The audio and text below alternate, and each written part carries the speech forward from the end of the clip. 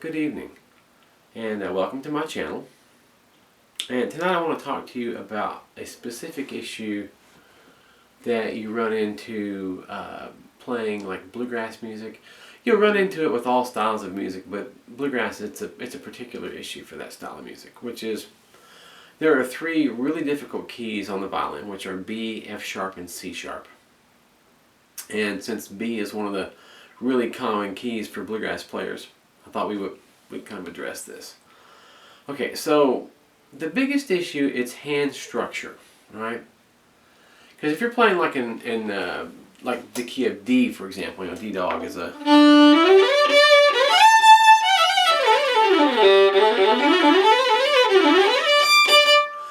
It all lays out really easy.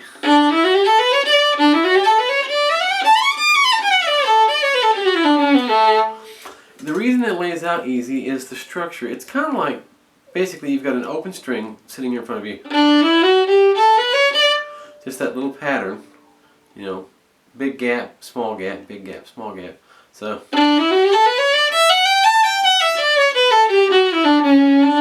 the patterns are relatively easy. You're not using the pinky finger, at least not a whole lot, and it is the weakest finger, so, and it introduces a problem. So let's look at this. If you're in the key of B, you're going to be here. So now the fourth finger gets introduced. But what if you play the low notes? Look here. Then you've got an extended fourth finger.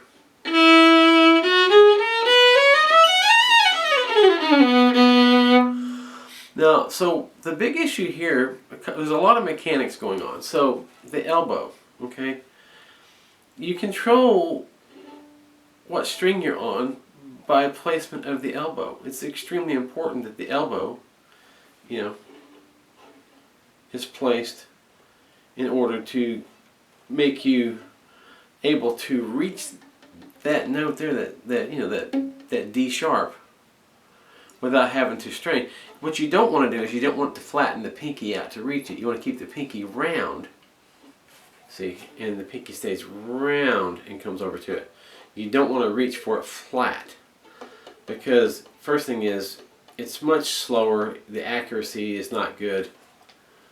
So this is the first thing for playing in B, is proper placement of this elbow. You've got to make sure this elbow comes over far enough, which means getting the violin in a good position. So there is that.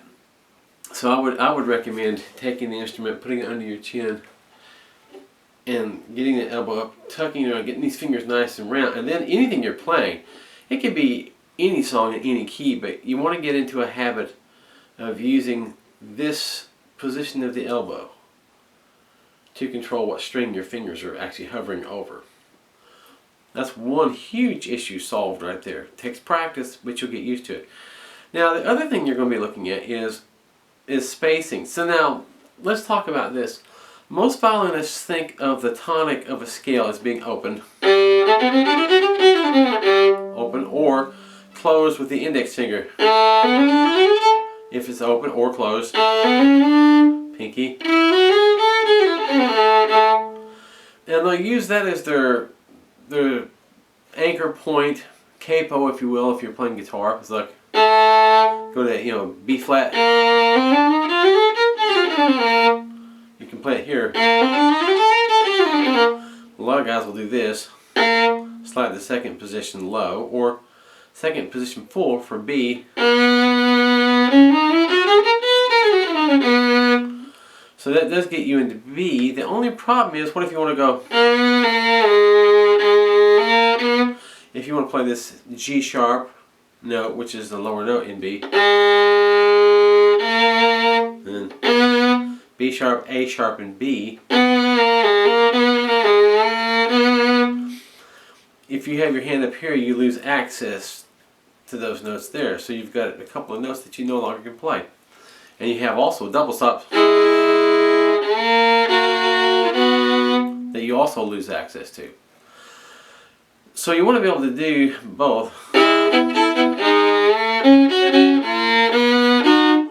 So you want to be able to get down in here. Now, so we're going to use something way outside the box, which is a guitar type fingering. So put the violin down for one moment and pick up a guitar. Now, if you were to play guitar as a beginner, one of the first things you might learn would be the G scale. Okay, it's transposable to B, so we can do it in B. But if you look at that, my wrist is straight, my fingers are curved,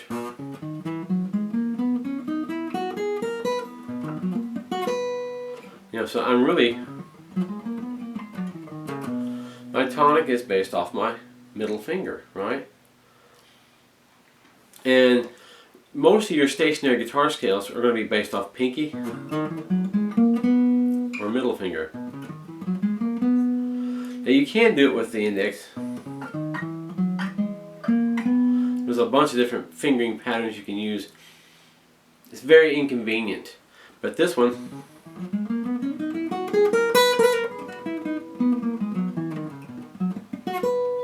is very convenient. But if you look at the positioning of the hand, everything is shaped just like it would be on the violin. Watch. Pull it out of there. Boom. Here. Elbow up and around. It's a violin. Okay. So, in order to play those scales in guitar,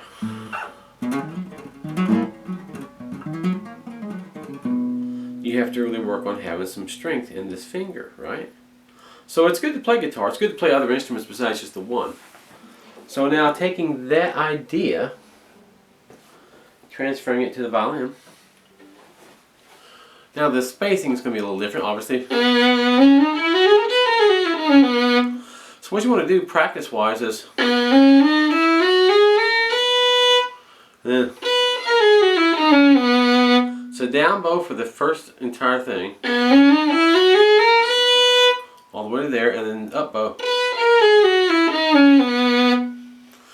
So now, think about, here's a really good exercise for you. So, drop to A flat,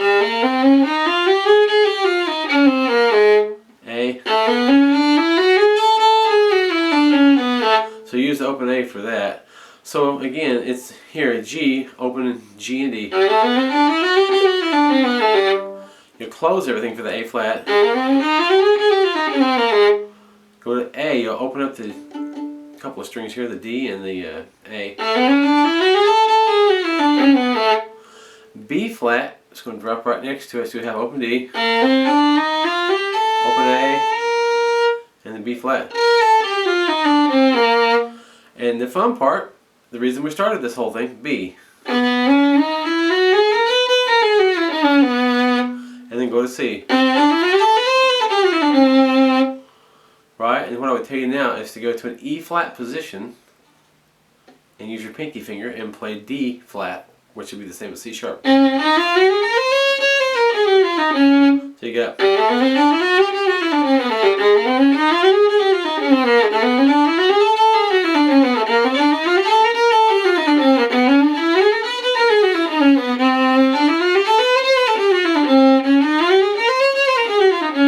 Go to D. Just keep the pattern going.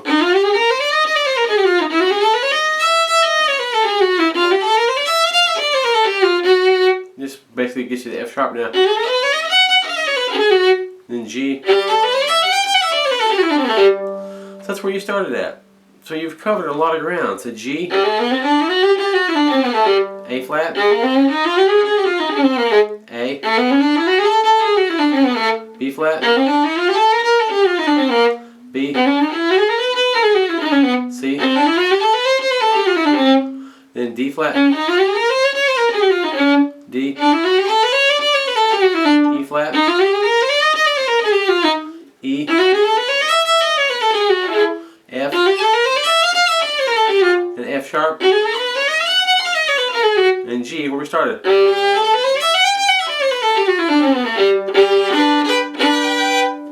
So you've covered basically all 12 basic scales. First position, only covering one octave. We can get into 2 octaves, but use this as something to start with. Okay. Now there are a lot more advanced ways of looking at it, but just for now, start where we just started, okay? Work on getting the elbow position correctly. That's really having a good correct elbow position, hand shape, finger placement, huge, very huge thing. Play these slowly. Don't be in a hurry. Play them slowly. Work on being really, really smooth. Don't put any bow pressure. Let the bow just ride the string. No pressure, no excess work, no muscling anything, okay? It's got to be super relaxed, super easy. And as it gets easier over time, you'll be able to go faster and faster, and you'll be able to play more and more advanced things. So we're going to call this the end of this lesson, okay? I will come back later. We'll do another video here really quickly, and that